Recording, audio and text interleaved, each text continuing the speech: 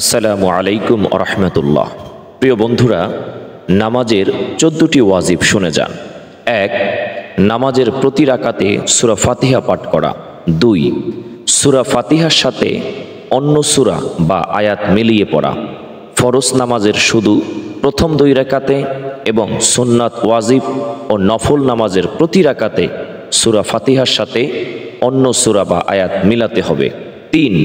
রুকু সেজদায় দেরি করা, কমপক্ষে 1 তাসবিহ পরিমাণ এর কম হলে নামাজ হবে না। 4.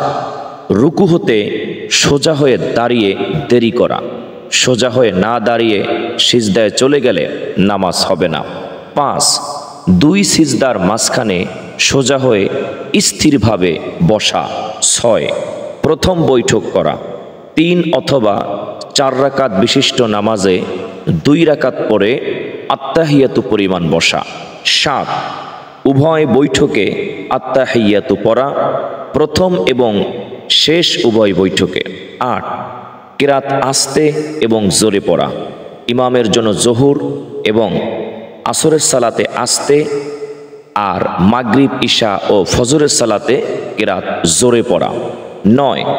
বেতেরের নামাজে দোয়ায়ে কুনুত পড়া, তৃতীয় রাকাতে সূরা কিরাতের পরে। 10.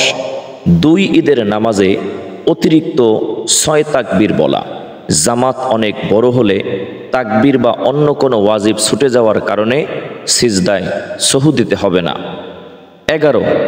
ফরজ নামাজের প্রথম 2 রাকাতকে কিরাতের জন্য নির্ধারিত করা, অর্থাৎ প্রথম 2 রাকাতে সূরা ফাতিহার পরে অন্য কোনো সূরা মিলাতে হবে। 12. প্রত্যেক রাকাতের ফরজগুলোর তারতিব ঠিক রাখা, অর্থাৎ ফরজগুলো ধারাবাহিকভাবে আদায় করা। 13. প্রত্যেক রাকাতের ওয়াজিবগুলোর তারতিব ঠিক রাখা, অর্থাৎ ওয়াজিবগুলো ধারাবাহিকভাবে আদায় করা। সর্বশেষে 14.